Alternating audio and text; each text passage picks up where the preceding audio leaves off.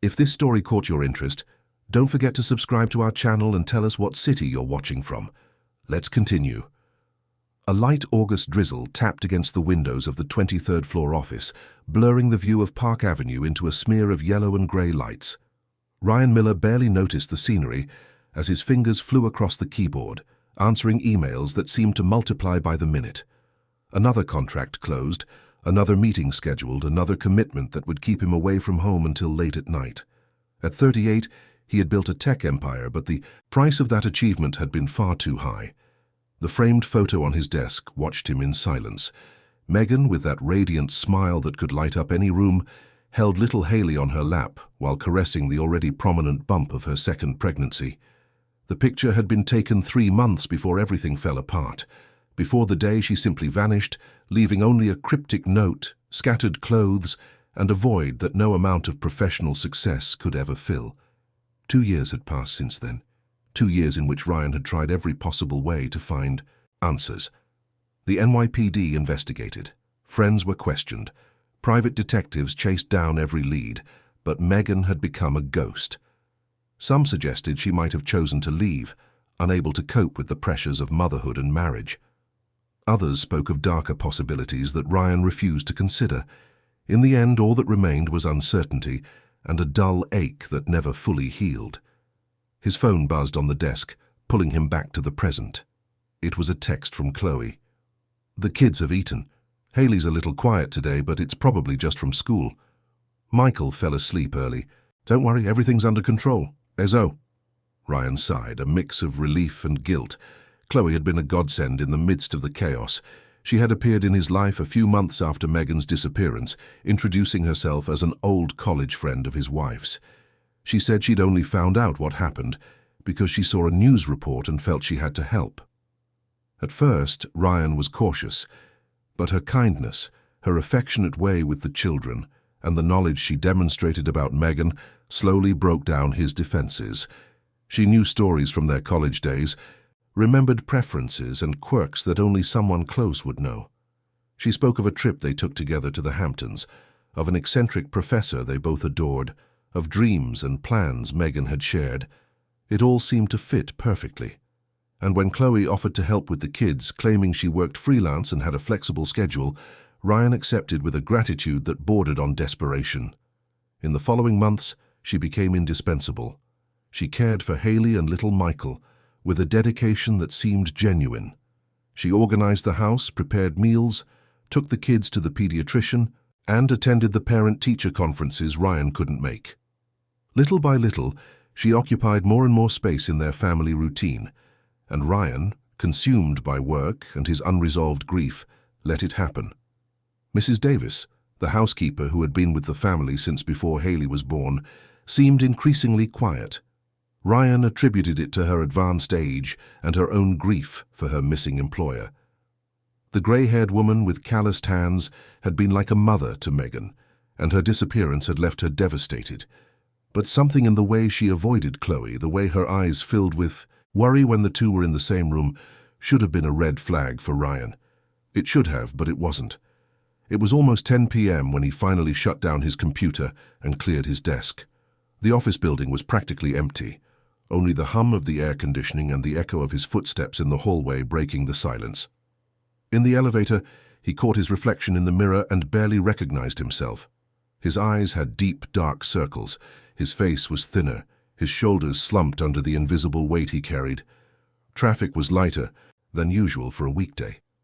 Ryan drove on autopilot through the streets of New York, past illuminated avenues, traffic lights blinking in the rainy night, skyscrapers that touched the sky. The city never slept, but at that moment he felt profoundly alone in the midst of millions. He got home a little after 11. The apartment on the Upper East Side was spacious and luxurious, but it had lost the life it had when Megan was still there. Michael's toys scattered across the living room, Haley's drawings stuck to the fridge. It all felt like a stage set where he was merely a supporting character. Chloe was in the living room, watching a TV show on low volume. She stood up when she saw him enter, fixing the brown hair that fell over her shoulders. "Ryan, you look exhausted. You need to get more rest," she said, her soft voice always bringing a false sense of comfort. I know, just wrapping up some big projects. Things will calm down soon, he replied, dropping his briefcase on the couch. The kids miss you, you know? Especially Haley. Today she asked when you'd be able to have dinner with them again. Guilt squeezed Ryan's chest like a vice.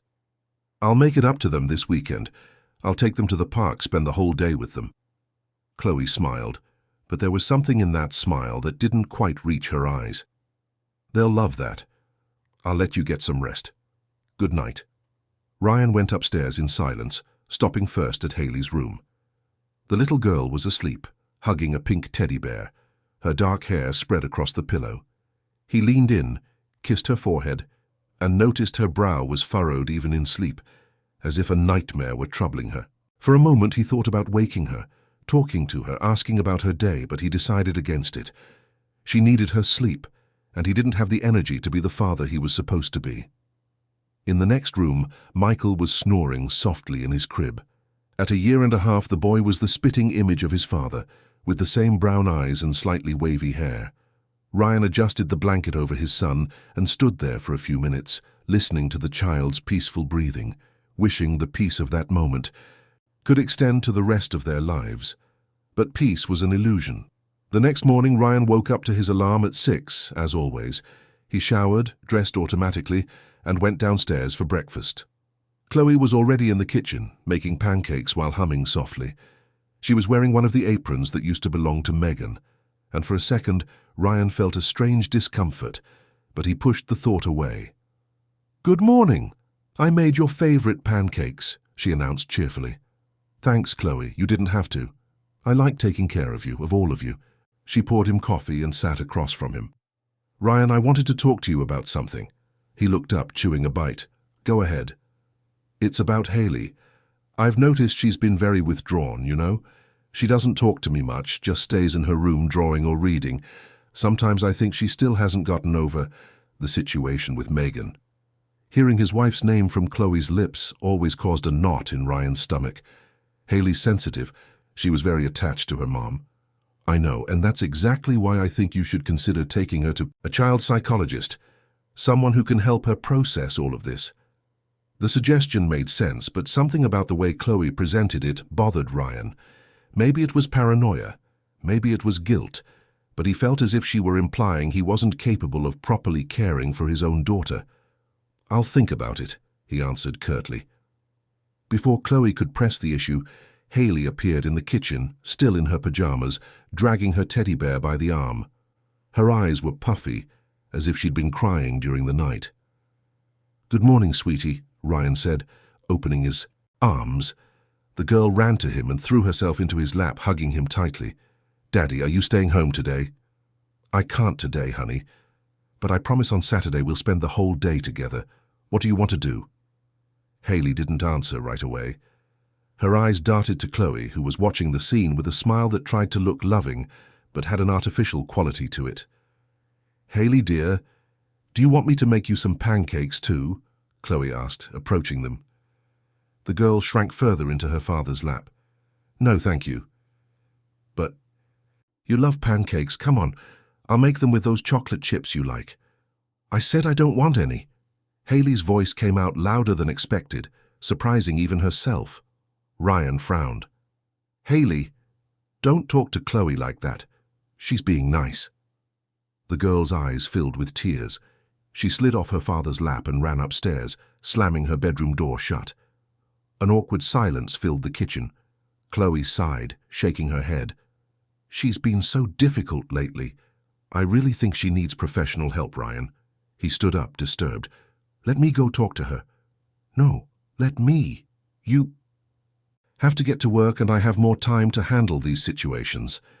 Chloe was already moving toward the stairs, but something in her urgency made Ryan reach out his hand.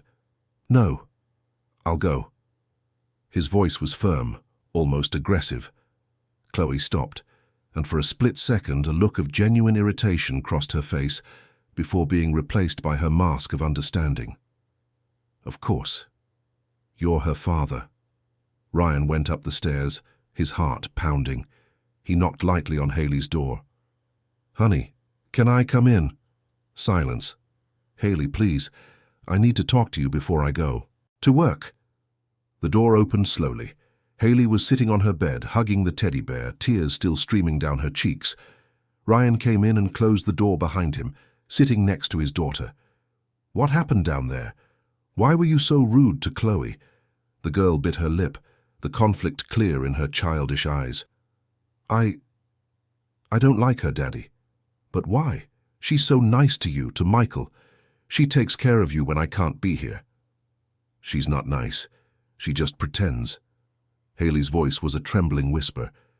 Ryan felt a chill down his spine. What do you mean by that? Haley glanced at the door as if afraid someone might be listening. When you're not here, she's different. She gets mad, says I'm spoiled, that I'm a lot of work. One time she what? The girl shook her head, pulling back. Nothing. Forget it. Haley, if Chloe did something that made you sad or scared, you need to tell me. I'm your dad. I'm here to protect you. Haley's eyes filled with a fragile hope. Really? You'll really protect me? Always, I promise. The girl took a deep breath as if about to reveal a huge secret. She goes through Mommy's things, I saw her. She takes her clothes, her jewelry, she looks at the pictures. And sometimes she talks on the phone by herself, saying things are going well that soon. Soon what? I don't know. She stopped talking when she saw me. Ryan's stomach churned. Part of him wanted to believe it was just the impressions of a 6-year-old with a vivid imagination, still traumatized by the loss of her mother. But another part, a small nagging voice in the back of his mind, whispered that maybe Haley was seeing things that he, blinded by work and convenience, refused to see. Honey, are you sure about what you're telling me? Haley nodded vigorously. I'm sure, and Mrs. Davis knows too. She said she wants to tell you something important, but she's scared. Scared of what? Scared of Chloe. His daughter's words echoed in Ryan's mind the entire drive to the office. He tried to focus on his morning meetings, on project presentations, on negotiations that demanded his attention, but the images kept coming back. Haley with her frightened eyes, Mrs. Davis growing more withdrawn, Chloe going through Megan's things. During his lunch break, he decided to do something he'd been putting off for too long. He picked up his phone and dialed Mrs. Davis's number. The housekeeper had a personal cell phone Ryan had given her for emergencies. Hello? The woman's voice was shaky. Mrs. Davis, it's Ryan. I need to talk to you about something important. There was a long pause. Mr. Miller, I can't talk right now. She's nearby. Then meet me somewhere, please. Haley told me you wanted to tell me something. Another silence. Ryan could hear the housekeeper's heavy breathing. There's a cafe on Bleecker Street, near the subway station. I can be there at 3 when she leaves to get school supplies for Michael. I'll be there. Ryan cancelled his afternoon meeting, making up some excuse, and drove to the agreed-upon location. The cafe was small and cozy, with exposed brick walls and the smell of fresh bread. Mrs. Davis was already there, sitting at a table in the back, an untouched cup of tea in front of her. She looked like she'd aged 10 years in just a few months. Her wrinkles were deeper, her eyes more sunken, her hands trembled slightly as she lifted the cup to her lips. Mrs. Davis, what's going on? Are you okay? The housekeeper looked around, making sure no one was paying attention, before leaning across the table. Mr. Miller, I can't keep this to myself any longer. I've wanted to tell you for months, but every time I think about it, she seems to know. Who? Chloe. She nodded, her eyes welling up. That woman is not who she says she is. I'm sure of it. I worked for Mrs. Megan since she was single. I knew all her friends, all her college classmates. Never, not once, did she ever mention a Chloe. Ryan felt his blood run cold. But she knows so much about Megan. She knows stories, places. Anyone can find those things out with a little research, sir. Social media, talking to acquaintances, old photos. Mrs. Megan was an open person. She shared a lot of her life.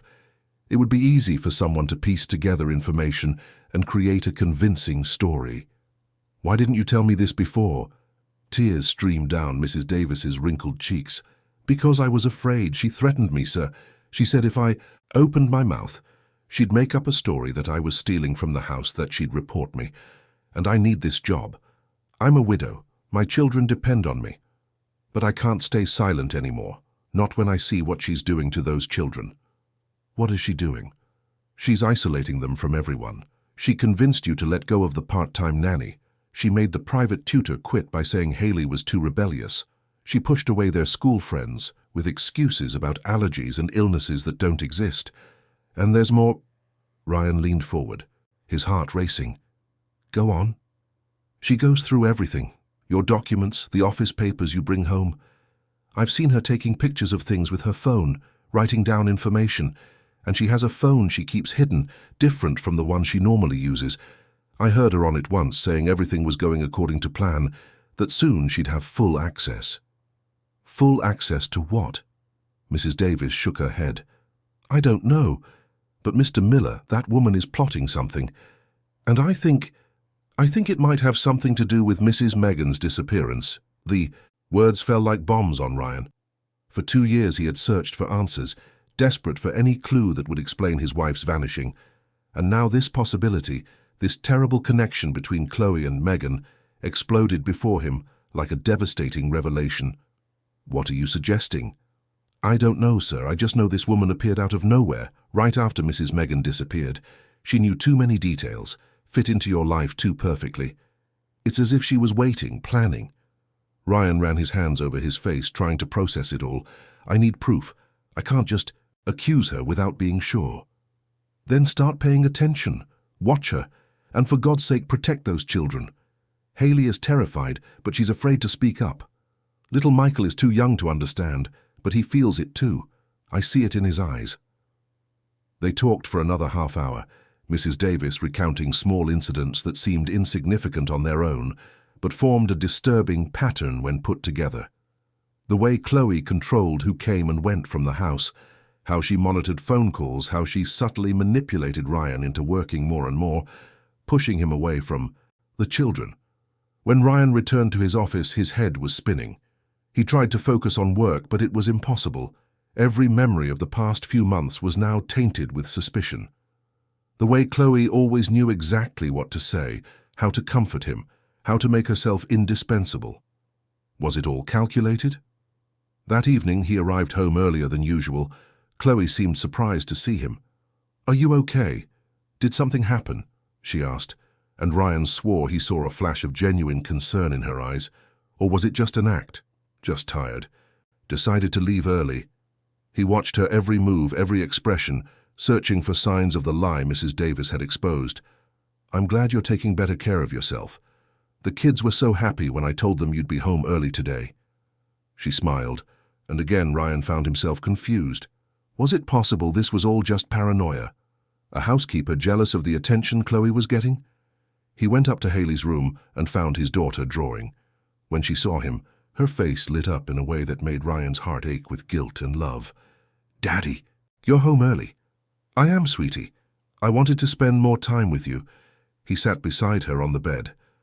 What are you drawing? Haley hesitated, glancing at the door before showing him her notebook. It was a drawing of a house with several people. She pointed to the figures. This is you, this is me, this is Michael, and this one. Ryan followed his daughter's finger to a figure off to the side, drawn in dark colors. Who's that? It's her. The woman who lives here but shouldn't. Haley's eyes were serious, far too old for a 6-year-old. At that moment, looking at his daughter's innocent yet revealing drawing, Ryan made a decision. He had to find out the truth about Chloe. He had to know who she really was and what she wanted. And if Mrs. Davis was right, if that woman had something to do with Megan's disappearance, he would do whatever it took to protect his children and find justice. Night fell over New York City, and with it came the certainty that nothing would ever be the same. The gears of a terrible truth were beginning to turn, and Ryan, without yet knowing the full extent of the plot that ensnared him, was taking the first steps toward a revelation that would change everything. Outside the room, hidden in the shadows of the hallway, Chloe watched father and daughter through a crack in the door. Her eyes, usually so sweet and welcoming, glinted with something cold and calculating. She knew time was running out. She knew the pieces had to move faster, and as she watched Ryan hug Haley, a sinister smile curved her lips. The game was just beginning. The following days were filled with a silent tension that hung over the apartment. Like a dark cloud before a storm, Ryan began to watch everything with different eyes. Every gesture from Chloe, every word, every movement now carried a weight of suspicion that hadn't existed before. He started coming home earlier, making up excuses about cancelled meetings and postponed appointments just to be present to watch. Chloe didn't seem to notice, or pretended not to. She continued her impeccable routine, preparing meals, caring for the children, keeping the house organized. But now Ryan saw small details that had previously gone unnoticed. The way she rummaged through drawers when she thought no one was looking. The way she angled her phone away whenever he got close. The whispered conversations that ended abruptly when someone entered the room. On a rainy Thursday, Ryan decided to take the first concrete step. During his lunch hour, he left the office and drove to a small shop in Midtown West that specialized in security equipment. The clerk, a middle-aged man with thick-rimmed glasses, greeted him with discreet professionalism. "I need small, discreet cameras for home surveillance," Ryan explained, feeling strange saying the words. He was planning to spy on his own home, to watch someone living under his roof. But the image of Haley's drawing with that dark figure separated from the family wouldn't leave him in peace. "We have models that can be installed in common objects, clocks, picture frames, even smoke detectors," the salesman explained, showing him the options. "They're motion-activated and record in high definition.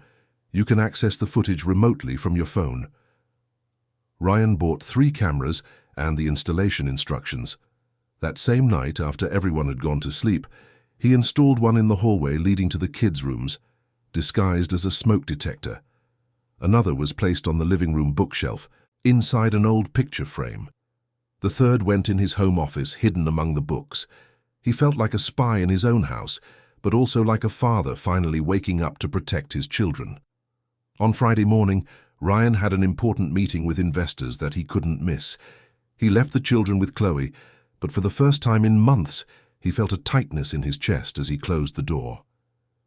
Haley hugged him fiercely before he left, whispering softly, "Come back soon, Daddy." Throughout the entire presentation, his mind was divided. Half of him focused on the numbers and projections on the screen, the other half imagining what was happening at home. During a break, he locked himself in the bathroom and opened the camera app on his phone. The living room feed came up first. Empty. Then the hallway. Nothing unusual. He was about to give up when he saw movement in his office. Chloe entered, looked around cautiously, and went straight to his desk. She started opening drawers, taking pictures of documents with her phone. Ryan's blood boiled. He zoomed in on the image, trying to see which papers she was photographing. They were bank statements, investment documents, even the will he had drawn up after Megan's disappearance. She worked quickly, methodically, clearly used to this. When she finished, she put everything back exactly as it was and left the room, but not before checking to make sure she hadn't left a trace. Ryan felt nauseous. Mrs. Davis was right. This woman was planning something. He left the meeting early, claiming a family emergency. On the way home, he called Ben, his personal lawyer, and a friend since college. "Ben, I need to see you. It's urgent." "Ryan, are you okay?" "Did something happen to the kids?" "No, but it might if I don't act fast. The sooner you can see me, the better." They arranged to meet at 6 p.m. at a discreet restaurant in Soho. Ryan arrived first, ordered a coffee he barely touched, and stared out the window at the street, his thoughts spiraling. When Ben arrived, the concern was visible on his face. "What's going on?" Ryan told him everything. Haley's strange behavior, Mrs. Davis's revelations, the footage he had captured from the cameras. Ben listened in silence, his brow furrowing deeper and deeper. "Ryan, this is extremely serious. If this woman is really impersonating someone and has access to your home, your finances, your children, you could be in real danger." "I know. That's why I need your help. I need to find out who she really is." Ben took out a pen and started taking notes. Give me all the information you have on her. Full name, any documents she showed you, previous addresses, any information at all. Ryan realized with a sense of horror how little he knew. Chloe Williams, that's the name she gave me. Said she lived upstate before coming to New York. I never asked for formal documents because she's not a registered employee. She just helps out of generosity. Generosity, Ben repeated sarcastically. Ryan, nobody does this out of generosity. She wants something. And from what you've told me, it's probably about money. Or something worse, Mrs. Davis thinks she might be involved in Megan's disappearance. Ben turned pale. Have you talked to the police? Not yet. I don't have concrete proof. Just suspicions and a video of her going through my documents. But that doesn't prove anything about Megan. Then let's get proof. I have a private investigator I works with on sensitive cases. He's discreet and efficient. I'll have him run a full background check on this Chloe Williams. We'll find out who she really is. Ryan felt a momentary sense of relief. He was finally taking concrete action. How long will it take? A few days, maybe a week. In the meantime, you need to act normal. You can't let her suspect you know anything. And for God's sake, protect those kids. Don't leave them alone with her. How do I do that without raising suspicion? Make an excuse. Say you're taking a few days off from work, that you want to spend more time with the kids. Anything. But don't leave their side. Ryan returned home with a plan. He would go in, act as if nothing had happened, and start making himself more present. Chloe would have to accept it, like it or not. When he opened the apartment door, he found a scene that would look normal to any outside observer, but now filled him with apprehension. Chloe was sitting on the couch with Michael on her lap, showing the boy a colorful picture book. Haley was on the floor putting together a puzzle, but her body was tense, her shoulders hunched. Ryan, what a surprise to see you home so early again, Chloe said, and there was a sharp edge to her voice, disguised by her cheerful tone. I've decided I need to reorganize my priorities. Work can wait. My kids can't.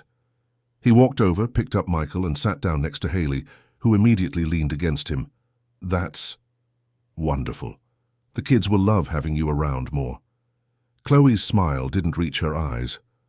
Actually, I was thinking of taking a few days off next week. I'll stay home, take care of the little ones myself. Give you a break since you've been so dedicated. There was a silence. Chloe processed the information, and Ryan could practically see the gears turning in her head. You don't have to worry about me. I love taking care of them.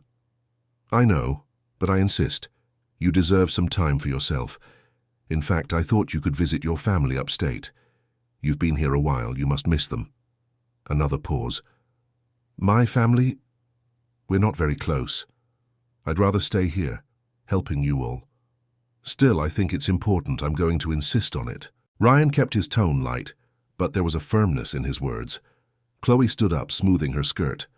I'll go start dinner. And she left the room with quick steps. Haley looked up at her father with wide eyes. Is she leaving? She whispered. I don't know, honey, but I'm going to stay here with you. Nothing bad is going to happen, I promise. That night, after the children were asleep, Ryan stayed up in his office, reviewing the camera footage. He saw Chloe go into Haley's room when she thought the girl was asleep, rummaging through her school backpack, reading the diary the child kept hidden under her mattress. He saw her talking on the phone in the garden, always with that different device Mrs. Davis had mentioned. He managed to zoom in on one of the images and lip-read a few words. He's getting suspicious. I need to speed things up. The brother said that. The brother? What brother? Ryan didn't know Chloe had a brother. Another lie. Another piece of the puzzle that didn't fit. On Saturday, he kept his promise to spend the day with the children. He took Haley and Michael to Central Park, where they rode the paddle boats, ate popcorn and took pictures. Haley was radiant, smiling in a way Ryan hadn't seen in months. Michael, happy in his stroller, babbled and pointed at the birds. Chloe didn't come along. She said she had some personal matters to attend to, but Ryan noticed the discomfort on her face. She was losing control of the situation, and she knew it. Daddy, can I ask you a question? Haley said, as they ate ice cream in the shade of a tree. Of course, sweetie, anything. Is Chloe going to live with us forever? Ryan chose his words carefully. Why do you ask? Because I don't want her to. I know you think she's nice, but she's not.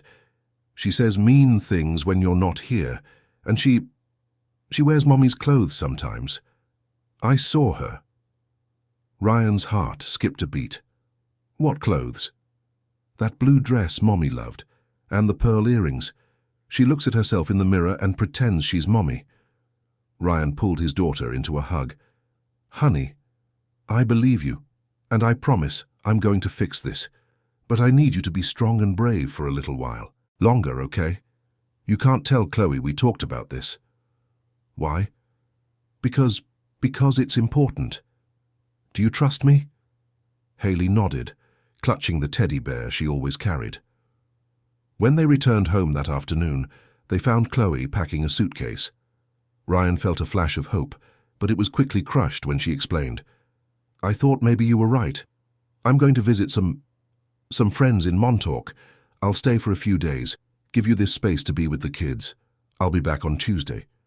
Ryan didn't believe her for a second. Of course, have a good time. She left before dinner, and for the first time in months the apartment seemed to breathe. Mrs. Davis, who had been quiet all day, finally relaxed when she heard the door close. Mr. Miller, I don't trust this. She didn't go to visit friends. She's planning something. I know, that's why I'm going to take advantage of her being gone. That night, after the children were asleep, Ryan went to the guest room where Chloe had been staying. He felt like an intruder, but the urgency was greater than any scruples. He began to search, going through drawers, the closet under the mattress. He found a shoebox in the back of the closet. Inside were documents, photos, and a phone. Ryan turned on the device, and what he saw made his blood run cold. Text messages exchanged with an unidentified number. He's suspicious. The daughter talked too much. Then speed up the plan. You need to get his signature on the asset transfer document before it's too late. What if he doesn't sign? You know what to do. We have plan B. The brother is ready. And what about the kids? That will be dealt with later, one at a time. Ryan sat on the bed, his hands shaking. This wasn't just a financial scam, it was something much bigger, more sinister, and it involved someone she called the brother. He kept searching and found photos, Chloe with an older man, both of them smiling. Ryan looked closer and felt the floor disappear from under his feet. He knew that man. It was Mark, his own brother. Mark Miller, 2 years older than Ryan, had always been the black sheep of the family. While Ryan built a successful career, Mark accumulated gambling debts, failed businesses, and disastrous relationships. When their father passed away 5 years ago, he left the bulk of the inheritance to Ryan, trusting he would make better use of the money. Mark never forgave him for that. The brothers barely spoke. Ryan had tried to help him a few times, offering jobs, loans, but Mark always refused with wounded pride and poorly disguised resentment. Their last contact had been at their father's funeral, when Mark left, saying Ryan didn't deserve anything he had, and now here he was, in the photo, with his arm around Chloe. It couldn't be a coincidence. Ryan grabbed his phone, and called Ben even though it was almost midnight. I found something. My brother Mark is involved in this. Your brother? Ryan, what did you find? He told him about the messages, the photos, the plan to get his signature on asset transfer documents. Ben was silent for a long moment. Ryan, this has escalated. We're not just talking about a scam anymore. We're talking about conspiracy, possibly, well, serious things. You need to go to the police. With what? Texts from a phone I took without permission? They'll say I invaded her privacy. Then wait for the investigator to finish his work. He should have something by Monday. In the meantime, don't let that woman near the children, and be careful with your brother. Ryan spent Sunday on high alert. He took the children to his mother's house, Mrs. Miller, a widow who lived in a quiet condo in Brooklyn Heights. He didn't tell her the whole truth, just that he needed help with the kids for a few days. Mrs. Miller, with her mother's intuition, sensed something was wrong. Son, you look terrible. What's going on? Just work, Mom. A lot of pressure. Work, right? And that young woman who's been helping with the kids? What's her name again, Chloe? What about her? Nothing, it's just strange. The last time I visited, she was wearing a necklace I was sure I'd seen on Megan. Ryan felt a shiver. Are you sure? Son, I gave that necklace to Megan for your wedding anniversary. I know exactly what it looks like.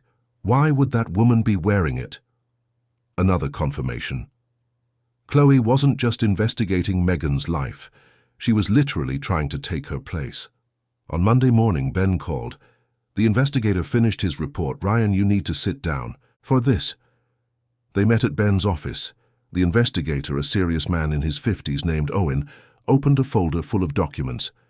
Mr. Miller, the woman who calls herself Chloe Williams doesn't exist. Or rather, she did. But she died 3 years ago in a car accident in rural Ohio. The woman living in your house is using her identity. Ryan felt the world spin. Then who is she? We're still investigating, but we've managed to trace some connections. She's used at least 3 other names in the last 5 years, always getting close to widowed or recently. Separated men with young children and considerable assets. And what happened to these men? Owen exchanged a look with Ben. 2 of them lost a large part of their fortune in fraudulent transfers. The third, well, the circumstances are murky, but he had an accident shortly after changing his will. My God. Ryan ran his hands over his face. There's more.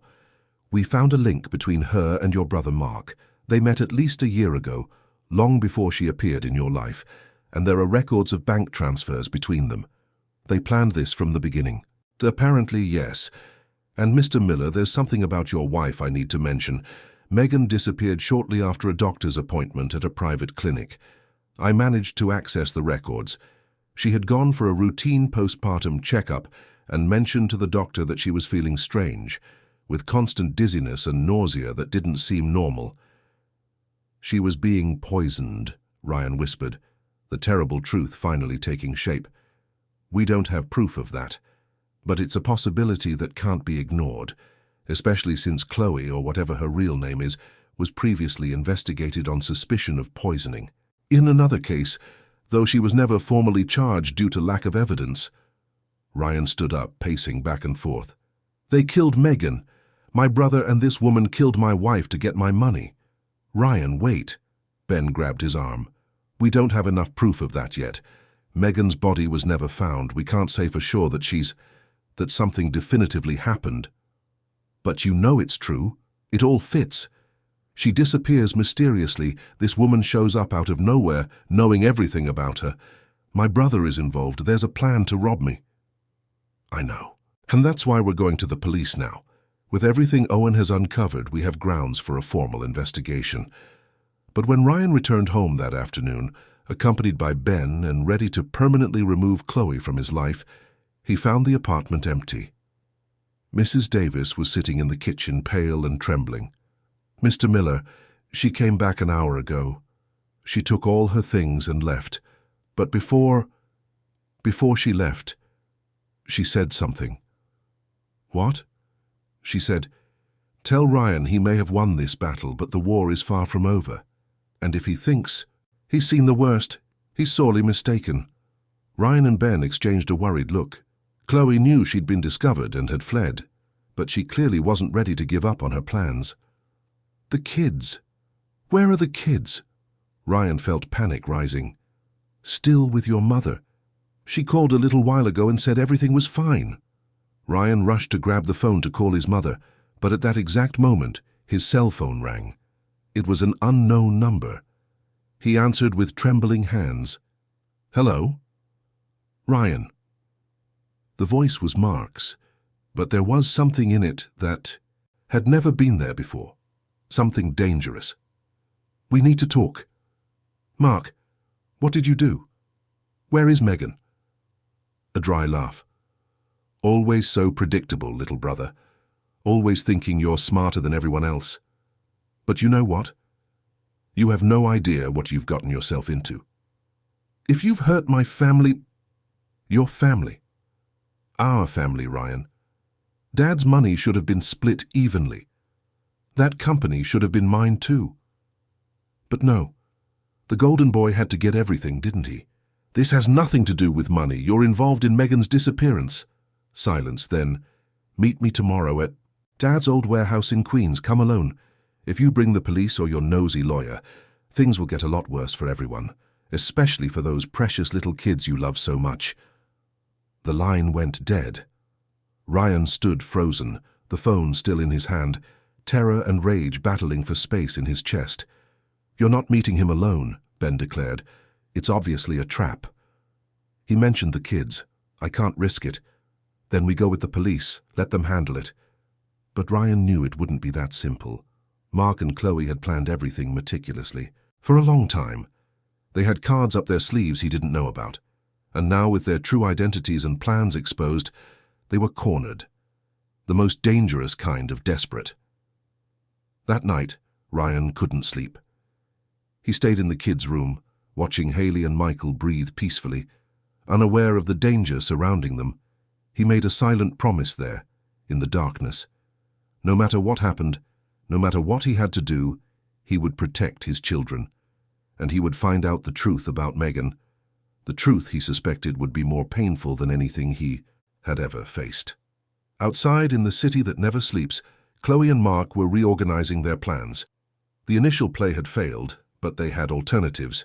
They always did. And Ryan, as much as he thought he was a step ahead, still had no idea how deep the web he was tangled in truly was. The game continued, and the next move would be decisive. The morning dawned grey over New York City, with heavy clouds threatening rain. Ryan hadn't slept a wink all night, alternating between checking on the children sleeping peacefully at their grandmother's house and mentally reviewing every detail of his situation. The meeting with Mark was set for 10 a.m., and every passing minute tightened the knot of tension in his chest. Ben had insisted on coming with him, despite knowing the risk. "I'm not letting you go into this madness alone," he declared when they met for coffee at a deli on Bleecker Street. "But we'll be cautious. I have a friend who's a detective who can give us discreet backup." Mark said to come alone. "And you really think he'll be alone?" "Ryan, this woman and your brother have been plotting this for months, maybe years. They're not going to play fair now." Ryan knew his friend was right, but the fear of what might happen to the children if he didn't follow instructions was paralyzing. What if they have someone watching? What if they do something to my mom, to Haley and Michael? "That's exactly why we need police protection. I'll ask them to place a discreet patrol car near your mother's place. No one will get near the kids." At 9:30, Ryan was in his car, driving toward Queens. The old warehouse that had belonged to his father was in a decaying, industrial area, surrounded by other abandoned buildings and quiet streets. It was the perfect place for a confrontation no one was meant to witness. Ben followed in another car, keeping a safe distance. The police were in position, but with orders to intervene only if absolutely necessary. Ryan parked in front of the rusty gate and got out of the car, feeling the cold morning wind on his face. The warehouse looked exactly as he remembered from the last time he was there, years ago. Peeling walls, broken windows, weeds growing through cracks in the concrete. Childhood memories surfaced. He and Mark playing there while their father worked, running between machines, imagining adventures. Back when everything was simple, when they were still real brothers. The main door was ajar. Ryan took a deep breath and went inside. The interior was shrouded in gloom, with only a few rays of light filtering through the dirty windows. Mark was in the center of the empty space, leaning against a concrete pillar. He looked older than Ryan remembered, with deep lines around his eyes and graying temples. But it was his gaze that was most shocking. Cold, calculating, devoid of any brotherly affection. That might have once existed. "Punctual as always," Mark said, his voice echoing in the empty space. "That was one of the things Dad admired most about you. Responsibility, punctuality, perfection." "Mark, where is Megan?" His brother let out a bitter laugh. "Straight to the point. I admire that about you too, little brother. No beating around the bush, no games. Always so transparent, so predictable. Answer my question. Megan?" Mark pushed himself off the pillar and began to walk slowly in circles around Ryan. Megan was a wonderful woman, beautiful, smart, dedicated. Too good for you, in my opinion. But she loved you. Even with you being so absorbed in your work, so absent, she truly loved you. If you hurt her, me? I didn't do anything to her. Mark stopped, facing his brother. But maybe I know who did. Ryan took a step forward, his hands clenched into fists. Spit it out. Easy, easy. First, let's talk business. You have something that belongs to me. Half of Dad's inheritance, half of the company, and I've come to collect what's mine. The inheritance was divided according to our father's will. He made that choice, not me. He made that choice because you were always the favorite, the perfect son, the successful businessman, the ideal son-in-law. And me?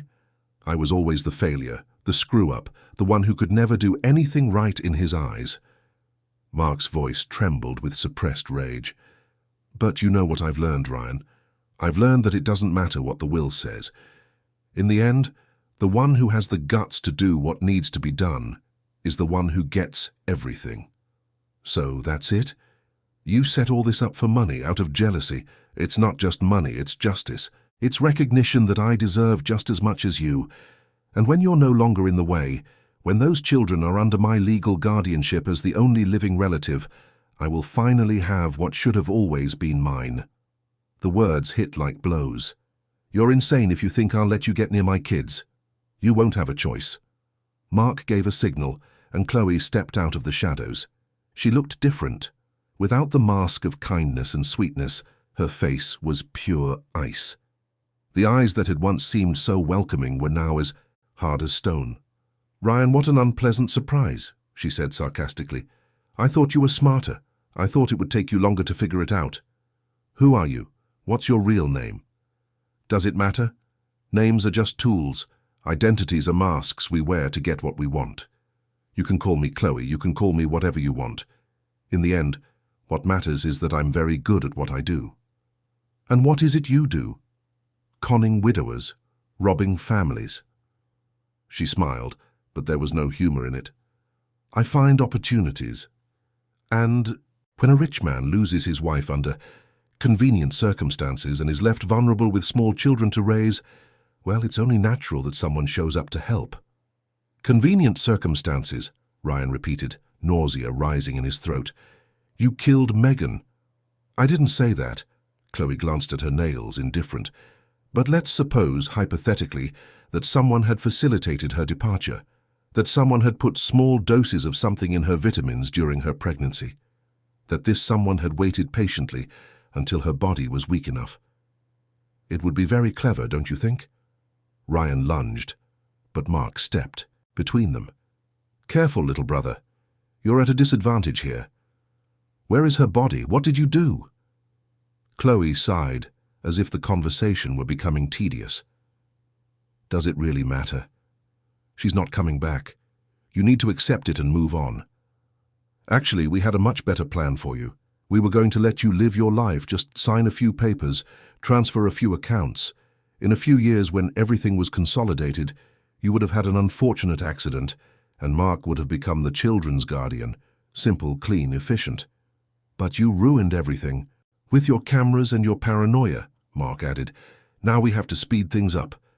Ryan looked from one to the other, realizing he was in real danger. "You're being recorded right now. Everything you've said has been registered. The police are listening." Chloe and Mark exchanged a look and laughed. "Do you really think we're amateurs? This warehouse has a signal jammer. No transmission gets out of here. And as for recordings," she pulled a small device from her pocket. "Audio interference, anything you're recording will be full of white noise." Ryan felt desperation grip him. He had come, prepared, or so he thought, but they were always one step ahead. "What do you want?" "Finally, a smart question," Mark said. "We want your signature on some documents. Transfer of guardianship of the children to me in case of your incapacitation. Transfer of company shares, access to bank accounts, and a video of you confessing that you were planning to abandon the children, that you couldn't handle the responsibility of fatherhood anymore." "I will never sign that." "Yes, you will." Chloe's voice was icy. "Because if you don't, very bad things will happen to those precious little kids you love so much, starting with little Haley." Ryan's blood ran cold. "You won't lay a finger on them. I won't have to. I already have people in position. One call from me and, well, accidents happen to small children all the time, don't they? Especially when they're in the care of elderly grandmothers who might not be paying close enough attention. It was too much. Ryan threw himself at Chloe, but Mark tackled him, the two of them crashing to the floor in a messy fight. Ryan had always been bigger and stronger, but Mark fought with the fury of someone with nothing to lose. Punches were thrown, gasps for air echoed in the empty warehouse. Suddenly, the sound of sirens cut through the air. Red and blue lights began flashing through the broken windows. Mark pulled away, looking around in a panic. How? You thought of a signal jammer, but you didn't think of a GPS tracker, a voice said from the entrance. It was Ben, accompanied by police officers. Ryan's been wearing one since he left the house. We didn't need an audio feed, just a location. Chloe tried to run but was quickly surrounded. Mark stood frozen, realizing the game was over. The expression on his face was a mixture of rage and resignation. You're both under arrest for extortion, conspiracy, fraud, and suspicion of homicide, announced Detective Johnson, a burly man in his 50s whom Ben had brought as backup. As they were being handcuffed, Chloe looked at Ryan with contempt. You may have won today, but you still don't know everything. There are still secrets that will destroy you. What is she talking about? Ryan asked, but she just smiled as she was led to the police car. Mark was more direct. Before being put in the car, he turned to his brother. Megan is alive. Ryan felt the world stop. What? She's alive, or at least she was the last I heard. But you'll never find her. Never. And then he was taken away, leaving Ryan stunned in the middle of the empty warehouse. Ben approached, placing a hand on his friend's shoulder. He could be lying, one last attempt to mess with your head. Or it could be true. Ryan felt tears burn his eyes. For 2 years he had believed Megan was dead, that he would never see her again. And now, this possibility, this cruel hope that she could be alive somewhere. Back at the station, Ryan gave his statement while Chloe and Mark were interrogated in separate rooms. The investigator, Owen, arrived with more information. We've managed to identify her. Her real name is Andrea Clark. She has an extensive criminal record, using various false identities. She was investigated in 3 other similar cases, but always managed to get away due to a lack of direct evidence. And what about what she said about Megan? Owen hesitated. We're looking into it, but Mr. Miller, you need to prepare yourself for any possibility. If your wife really was, if something happened to her, we may never find definitive answers. Ryan spent the rest of the day at the station, answering questions, reviewing documents, trying to piece together a puzzle that seemed to grow with every minute. When he was finally released to go home, it was already night. He drove to his mother's house, where the children were waiting. Haley ran into his arms as soon as he walked in. "Daddy, where were you? I missed you." He hugged her tightly, feeling the tears finally fall. "I'm sorry, sweetie. I'm sorry it took so long, but I'm here now, and I'm not going to let anything bad happen to you ever again." Mrs. Miller looked at him with concern. Later, after the children were asleep, she pulled him into the kitchen. "Son, tell me what's happening. The truth." Ryan told her everything. The conspiracy, the arrest of Mark and Chloe, the revelations about Megan. His mother listened in silence, her face growing paler and paler. "My God, Ryan, your own brother." "I know, Mom. I know. And Megan. Do you really think she could be alive?" "I don't know what to think. Part of me wants to believe it, but the other part thinks it's just another one of their cruelties." Mrs. Miller held her son's hand. "Then you have to find out. You have to search for the truth, whatever it may be. Those children deserve to know what happened to their mother." In the following days, the investigation deepened. The police dug into Chloe's and Mark's finances, uncovering a complex network of bank accounts, false identities, and suspicious transactions. There was evidence of Megan being slowly poisoned, with substances mixed into the prenatal vitamins she took. But for her whereabouts, nothing. No body, no travel records, no concrete leads. Until a week after the arrest, Owen showed up at Ryan's apartment with a grave expression. "We need to talk." They sat in the living room. Ryan was visibly exhausted, the days of tension and sleepless nights taking their toll.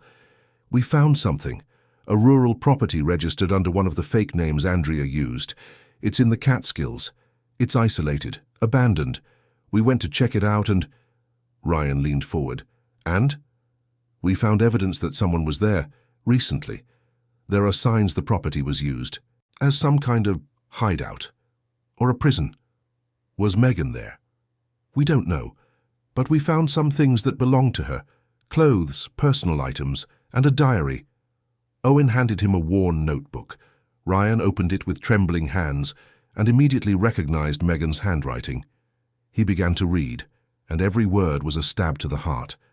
The first entries were from before her disappearance. Megan wrote about feeling strange, sick, but attributed it to postpartum hormones. Then came more disturbing entries, where she mentioned suspecting something was wrong, that someone was doing something to her food or drink. The last entry was from the night before she disappeared. I'm scared. I'm sure I'm being poisoned, but I don't know by whom. Ryan is so distant, so absorbed in his work. I tried to talk to him, but I think he thinks I'm being paranoid. I'm going to get help tomorrow. I'm going to the hospital. I'm going to get a full workup. I have to protect my children. I have to... And there it ended. The rest of the pages were blank. Ryan closed the diary, unable to hold back his tears. She knew. She tried to. Tell me, and I didn't listen. Mr. Miller, you couldn't have known. These people are professional manipulators. But what now? If she was at this property, where is she? We're looking. We interrogated Andrea again, but she's not talking. Mark is also silent. They've both lawyered up and refused to cooperate. Ryan ran his hands over his face. They're going to pay for this. I don't care how long it takes. I'll make sure they pay for what they did. But as the investigation continued, a new twist emerged. Ben showed up at the apartment one night, clearly agitated. Ryan, there's something you need to know about Mark. What now? He wants to make a deal. He said he's willing to tell everything, cooperate fully with the investigation in exchange for a reduced sentence. And why would he do that? He hated us. Ben hesitated. Because Andrea betrayed him. We found out she was planning to pin all the blame on him. She had fabricated evidence, prepared testimonies. She was going to throw him under the bus and walk free. No honor among thieves, Ryan muttered. Exactly. And now he's furious. He wants revenge on her. And the best way to do that is to tell the truth. The next day, Ryan was present when Mark gave his full deposition. His brother looked like he had aged years in just a few weeks. His eyes were sunken, his shoulders slumped.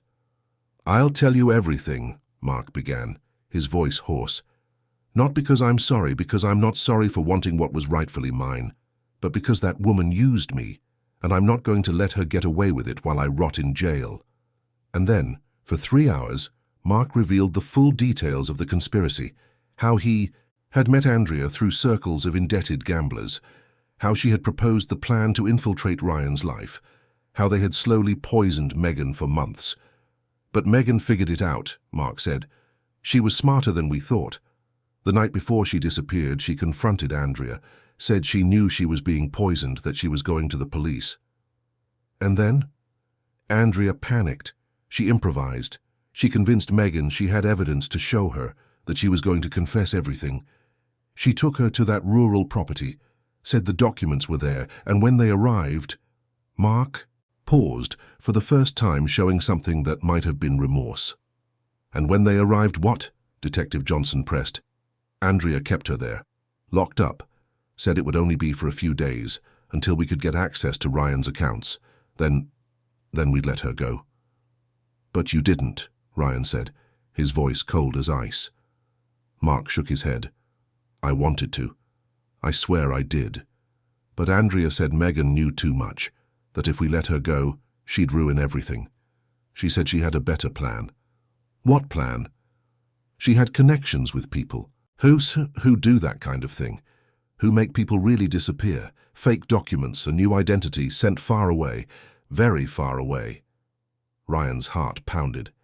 So she's alive? Megan is alive somewhere? I don't know. Andrea handled that part herself. She didn't trust me enough to tell me everything. All I know is that Megan was taken from that property almost 2 years ago. Where to, I have no idea. Ryan stood up, unable to stay seated. How could you? She was my wife, the mother of my children. How could you do that to her? To us? Mark finally showed emotion, tears streaming down his face. Because I was blind with jealousy, because I spent my whole life being the failure while you had everything. And when Andrea offered me a chance to finally have what I thought I deserved, I took it. But I never wanted Megan to get hurt. You have to believe that. I don't believe a word you say. The investigation took a new turn. With Mark's information, the police began to trace Andrea's connections to networks of human trafficking and document forgery. It was a dark, dangerous underworld where people disappeared and reappeared, with new lives, new names. Meanwhile, Ryan tried to maintain some semblance of normalcy for the children. They moved back into the apartment, but he hired private security. Haley started therapy 3 times a week to process everything she had been through. Michael, thankfully too young to understand, continued his happy toddler routine. Mrs. Davis stayed with the family, closer than ever. She had been the first to be suspicious, the first to see through Andrea's mask. One night, 2 weeks after Mark's deposition, Ryan received a call from Detective Johnson. "Mr. Miller, you need to come to the station, now." The tone was urgent. Ryan left the children with Mrs. Davis and rushed over. When he arrived, he found Johnson with an expression that was a mix of shock and hope. "What happened?" "We got a tip. A woman matching Megan's description was seen in a small town in Pennsylvania. She was using another name, but someone who knew your family recognized her and contacted us." Ryan felt his legs go weak. "Are you sure? Could it really be her?" "We're not sure of anything yet, but the description fits, and the person who saw her said she seemed distant, like she was living on autopilot without clear memories." "What does that mean?" "It means it's possible that, besides forging documents, they used other forms of manipulation, drugs, psychological conditioning, things that could affect her memory." Ryan didn't wait for more explanations. "I'm going there now." "We already have a team on the way. But Mr. Miller, you need to be prepared. Even if it is her, after everything she's been through, she might not be the same person you knew." The next morning, Ryan was in a police car crossing the state line into Pennsylvania. Every mile felt like an eternity. Every minute heightened the hope and fear in equal measure. Could it really be her? After 2 years, was it possible that Megan was alive, breathing, existing somewhere? And if so, how would she be? What had they done to her? The questions echoed in his mind as the road unfolded before him, leading him toward answers that could change everything once again. And in New York, locked in her cell, Andrea smiled. Because there were things that not even Mark knew, secrets that only she kept. And as much as they thought they had won, the game wasn't over yet, not yet. The small town of Lancaster, Pennsylvania, was waking up slowly under the morning sun.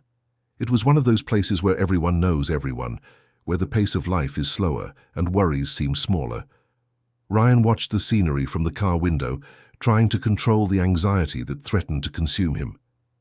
Detective Johnson was at the wheel with Owen in the passenger seat. Ben had insisted on coming, sitting in the back next to Ryan, offering the silent support of true friendship. "The tip is that she works at the small public library," Johnson explained as they drove through the quiet streets. "Lives alone in a simple house on the outskirts. Goes by the name of Paula Morgan. According to the neighbors, she's a quiet, kind woman, but seems perpetually distant, as if her mind is somewhere else." Ryan felt his heart hammering in his chest. How do we approach her? If she's really been manipulated, if she doesn't remember anything? "Carefully," Owen replied. "Trauma like this is delicate. A sudden revelation could do more harm than good. We brought a psychologist who specializes in suppressed memory cases. She'll guide us." The library was a small, charming building, painted a pale yellow with white trim and a well-tended garden out front. Ryan got out of the car on shaky legs, each step toward the entrance feeling like an eternity. When they entered, the atmosphere was welcoming. Wooden shelves filled with books, the smell of old paper, a silence punctuated only by the ticking of a wall clock. And there, organizing books on a shelf, was her. Ryan felt the air leave his lungs. Even from the back, even with her hair shorter and dyed a darker brown, even wearing simple clothes she would have never worn before, he would recognize that silhouette anywhere. It was Megan, his Megan. She turned at the sound of their footsteps, and when their eyes met, Ryan saw something stir in her gaze. Confusion, a distant recognition, as if she were trying to remember something important that was just on the tip of her tongue. "Can I help you?" she asked, her voice soft, but lacking the vibrancy Ryan remembered. He couldn't speak. The words died in his throat. Ben placed a hand on his shoulder, giving him strength. The psychologist, Dr. Evans, a middle-aged woman with a kind expression, stepped forward. "Hello, my name is Beatrice. Could we speak with you somewhere more private?" Megan hesitated, looking from one face to another, clearly uncomfortable. I don't understand. Did I do something wrong? I've worked here for over a year. I've never had any problems." "You've done nothing wrong," the psychologist assured her, "but there are people who have been looking for you for a very long time. People who love you." Megan's eyes filled with tears without her understanding why. She looked at Ryan again, and this time she held his gaze longer. I know you." Ryan's voice finally emerged, hoarse and thick with emotion. "Yes, you know me. My name is Ryan, and you're Megan. Megan Miller. My wife." She shook her head, confused. "No, my name is Paula. Paula Morgan. I've always been Paula." "No, my love, you're Megan, mother to Haley and Michael. You were taken from us 2 years ago. But we found you. We finally found you." Megan clutched her head, as if a sudden pain had struck her. Fragmented images began to flash in her mind.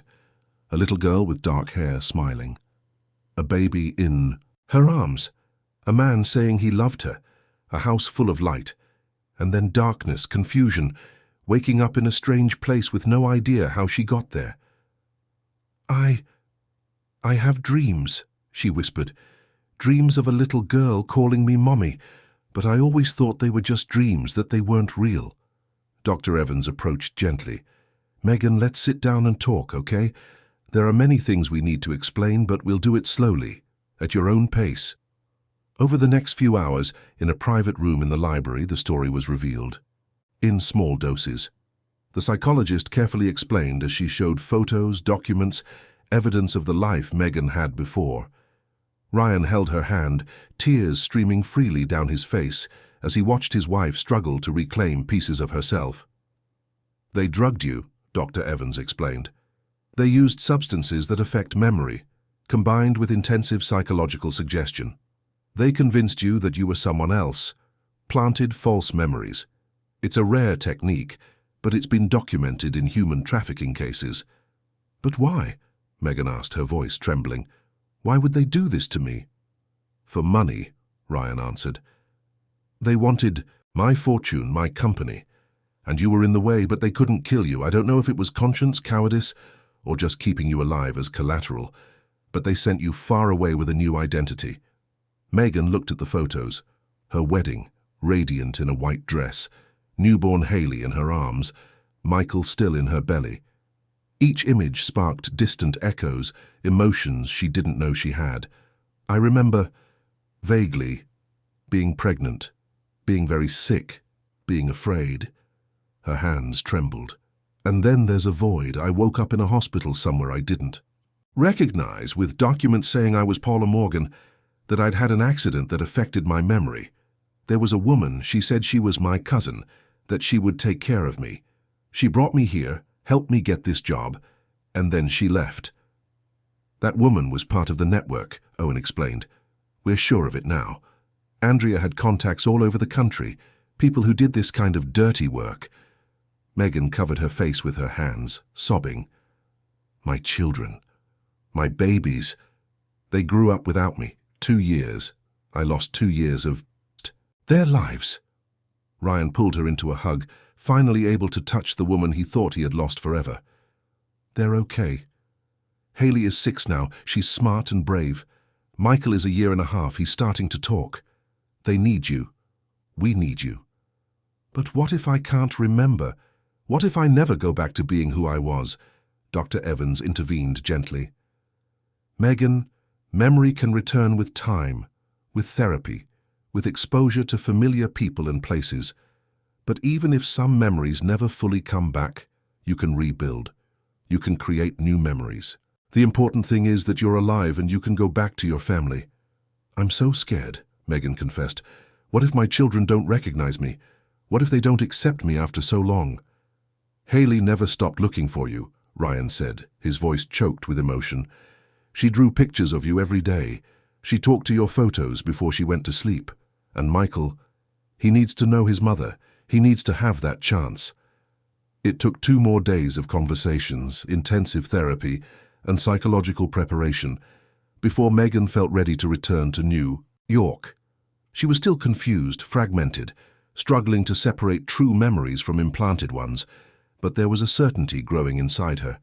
That feeling that something had always been missing finally made sense. The drive back was quiet. Megan stared out the window, watching the landscape change, feeling butterflies in her stomach at the thought of seeing her children. Ryan held her hand, still unable to fully believe she was there, real, alive, coming home. When they arrived in New York, it was late afternoon. They decided not to take Megan directly to the apartment. Dr. Evans suggested a gradual reunion, first with the children in a neutral environment, then the transition home. Mrs. Miller was informed and carefully prepared the children. A very special person wants to meet you, she told Haley. Someone who loves you very much. Who, Grandma? You'll see, sweetie, be brave. The meeting was set in a quiet park, away from prying eyes. Ryan arrived first with Megan, the 2 of them sitting on a bench under a tree. She was visibly trembling, wringing her hands. What if it goes wrong? What if I don't know what to say? You'll know a mother's love doesn't forget, even when the mind does. Then Mrs. Miller appeared, holding Haley's hand with Michael in his stroller. Haley skipped along curiously, looking around to see who the special person was. When she saw Megan, she stopped. She stood completely still, her eyes wide. Something in her little 6-year-old heart recognized what her mind would take longer to process. "Mommy?" she whispered, so softly it was barely audible. Megan rose from the bench, tears already streaming. She knelt, opening her arms.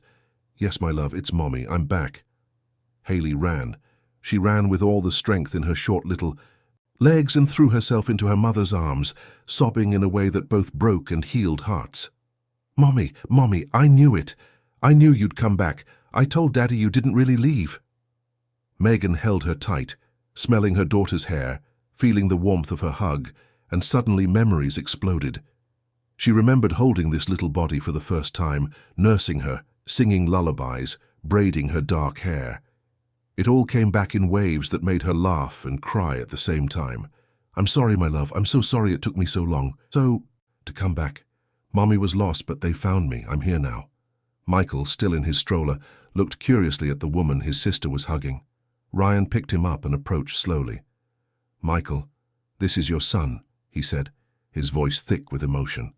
Megan looked at the little boy, so much like Ryan, with his curious eyes and chubby cheeks. She held out her arms, and to everyone's surprise, Michael went to her without hesitation, as if some primal instinct recognized the one who had carried him. "Hi, my prince," she whispered, kissing his forehead. "You've grown so much. You're so handsome." Michael placed his small hand on her face, exploring, learning, and then he gave a toothless grin that lit up the entire park. That night, Megan slept in the apartment for the first time in 2 years. Everything was the same and different all at once. Ryan walked her through the rooms, showing her photos, objects, trying to spark memories. Some came back in flashes, others remained stubbornly out of reach. In Haley's room, the little girl insisted her mother stay with her until she fell asleep. Megan lay beside her daughter, stroking her hair, as Haley told her everything that had happened in 2 years. The stories tumbled out, jumbled together, but every word was a gift. "Mommy, are you going to stay now? Forever?" "I am, my love, I promise. Nothing and no one will ever take me away from you again. And the bad woman, the one who pretended to be nice, she's in jail. She can't hurt anyone anymore." Haley snuggled closer. "I love you, Mommy. I never stopped loving you. I love you too. Even when I couldn't remember properly, my heart always knew. In the following days, the family began the long process of rebuilding. Megan had daily therapy, working to recover memories and process the trauma. Some memories returned complete, vivid. Others remained hazy, and Dr. Evans explained that some might never come back completely. The story inevitably leaked to the media. Woman missing for 2 years, reunited with family after conspiracy uncovered, blared the headlines. Reporters camped outside their building. Ryan had to hire additional security and request privacy through his lawyers. The trial for Andrea and Mark was set. The evidence was overwhelming. In addition to the conspiracy against Ryan, they discovered Andrea had been involved in at least 5 other similar cases over 10 years. Families destroyed, fortunes stolen, lives ruined.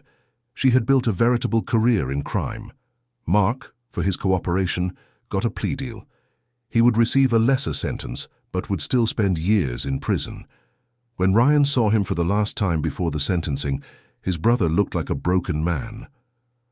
"I know you'll never forgive me," Mark said, handcuffed, his eyes red. "But you need to know I never wanted things to go this far. Jealousy blinded me, resentment consumed me, and by the time I realized the monster I'd become, it was too late." Ryan looked at him for a long moment. "You're right, I can't forgive you. Not for what you did to me, but for what you did to Megan, to my children. You stole 2 years of her life, 2 years she'll never get back." "I know," Mark hung his head. "I'll pay for it for the rest of my life, and I hope you find peace, even if I don't deserve your forgiveness." Andrea, on the other hand, showed no remorse. In court, she stared at Ryan and Megan with contempt. "You think you've won? You have no idea how many others like me are out there. I may be locked up, but the game goes on." The judge sentenced her to 30 years in prison, with no possibility of parole. She was led away, still smiling that cold smile that haunted Ryan's nightmares. 3 months after the reunion, life began to find a new normal. Megan hadn't recovered all her memories, but the ones that mattered were there. She remembered her wedding day, Haley's birth, her daughter's first words. As for Michael, she was creating new memories with him every day, and the little boy accepted her completely as his mother. Ryan drastically cut back his workload. He promoted trusted executives, delegated responsibilities, and prioritized being present.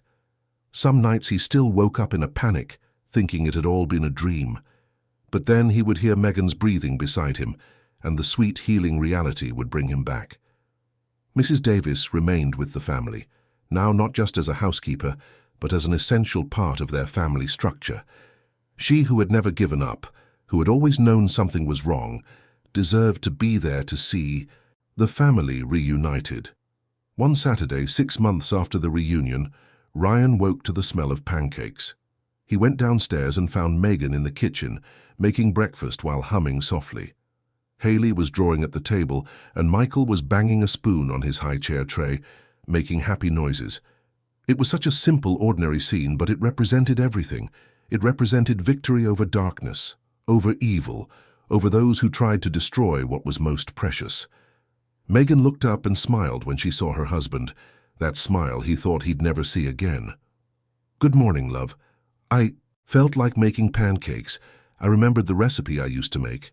"Another memory back?" "Another memory back," she confirmed, her eyes shining. Ryan pulled her into a hug. "I love you. I'll never get tired of saying it." "I love you too. And you know what's best? Now I have time to hear you say it every day for the rest of our lives." Haley ran to hug them both. "I love you guys too. And Michael does too. He just can't say it right yet." They all laughed, and in that moment, in that sun-drenched kitchen on a Saturday morning, the Miller family was whole again. Scars would remain, lost memories might never return, but what mattered was there: love, unity, the determination to move forward together. At the New York Supreme Court, Andrea was serving her sentence. The years would stretch before her, long and lonely. Sometimes, in the silent nights of her cell, she wondered if it had been worth it. The money she never got to steal, the life she never had, all lost to greed and coldness. Mark, in another penitentiary, dedicated his time to rehabilitation programs. He knew he would never truly be forgiven, but perhaps he could, in some minuscule way, do something of value with the years he had left. He wrote letters to Ryan that he never sent, asking for a forgiveness he knew he would never receive. And in the apartment on the Upper East Side, life went on. Ryan cut back his work pace even more, discovering that professional success meant very little without someone to share it with. Megan started painting again, a passion she had abandoned before her marriage that now returned as both therapy and joy. Haley grew strong and confident. The terrible experience she lived through transformed into resilience through immense love and therapy. She drew stories now, no longer sad figures of loneliness, but happy families, houses full of color, happy endings. Michael took his first steps, said his first words, and grew up surrounded by love and security. He would have no memories of those difficult years, and his family would do everything to ensure his childhood was filled with light. Mrs. Miller visited often, delighted to see her daughter-in-law back, to have her family reunited. Sometimes they spoke of Mark, of how greed and resentment can destroy even the bonds of blood. But those conversations always ended with hope, with the certainty that true love always prevails. A year after the reunion, on a warm summer afternoon, the family was in Central Park. Megan was pushing Michael on the swings, while Ryan chased a laughing Haley. People passed by, normal families living normal lives, with no idea of the extraordinary journey that group had been through. And maybe it was better that way, because in the end, they were just a family. Marked by loss, yes, wounded by betrayal, without a doubt, but above all united by a love that survived, the worst life could throw at them. Ryan stopped running, watching his wife and children. Megan looked back and smiled, and in that smile was everything that mattered.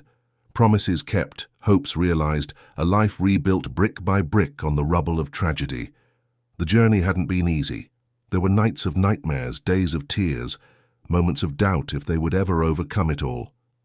But they had, together. And as the sun began to set over New York, painting the sky in shades of orange and pink, the Miller family walked hand in hand back home. Not to the home they had before, but to the one they built from the ashes of what was destroyed. A home based not on illusions or blind trust, but on truth, on presence, on a love tested and proven true. Because in the end, that's what matters. Not the accumulated fortune, not the professional success, not the appearances kept up, but the ability to love, to forgive, to rebuild, to look at those we love most and say, with every fiber of our being, I am here. I choose you, today and always. And that night when the children were asleep and Ryan and Megan were finally alone on the balcony, looking at the lights of the city that never sleeps, they didn't need words. The silence between them was filled with understanding, with gratitude, with a love that had survived the unthinkable. Megan rested her head on her husband's shoulder. Thank you. For what? For never giving up. For looking for me. For believing I was still out there, somewhere. Ryan kissed the top of her head. I always knew. My heart always knew you'd come back. And there, under the starry New York sky, a family that was broken and mended, that was tested and emerged stronger, rested in the certainty that true love, the kind that withstands the most violent storms, is the most powerful force there is. The darkness tried to win, but the light prevailed. End of story. Hey everyone, we hope the story of Ryan and Megan touched your hearts deeply. If you were moved by this journey of love, loss, conspiracy and reunion, please leave a like, subscribe to the channel, and tell us in the comments which moment in this story impacted you the most. Was it Ryan's desperation upon discovering the truth, Haley's courage, the emotional reunion in the park? Every day we bring you intense stories like this one, revealing the deepest side of the human soul and showing that even in the most difficult situations, love and truth always find a way. We'll see you in the next episode with a new story that will stir your emotions. Until then,